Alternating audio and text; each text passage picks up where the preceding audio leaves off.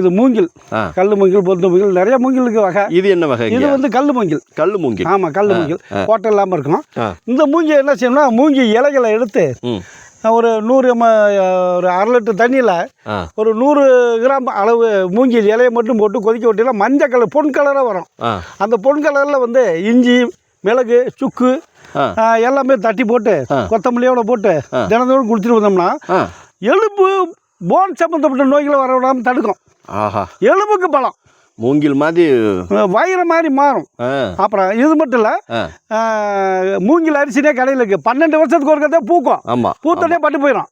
அந்த விதை கடையில் நாட்டு மருந்துகளே கிடைக்கும். அந்த விதை 100 கிராம் வாங்கிக்கோங்க, வறுத்து பவுடர் பண்ணிக்கோங்க. கசகசா 100 கிராம் வாங்கி வறுத்து பவுடர் பண்ணிக்கோங்க. வாங்கிட்டீங்களா? அதை தனியாக இதை தனியாக வச்சுக்கிட்டு ஒரு டீஸ்பூன் போட்டு பாலில் கொதிக்க விடுங்க. கொதிக்க விட்டு சாப்பிட்டுட்டு வந்தோம்னா அவ்வளோ பலம் வரும். வஜ்ரபலம். சில பேருக்கு தூக்கமே இல்லை. அம்மா 24 என் மண்டை வெடிக்குது, தூக்கமே வர மாட்டேங்குது. ஒன்றும் கவலை பண்ணலாம்.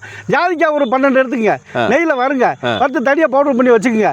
அதுவும் இப்போ சொன்னதில் 1 கிராம் அளவு போடுங்க, காய்ச்சி அப்படியே குடிங்க. அது பெரிய தூக்கம் வரும், மூளை சுறுசுறுப்பாக வளர்ச்சி.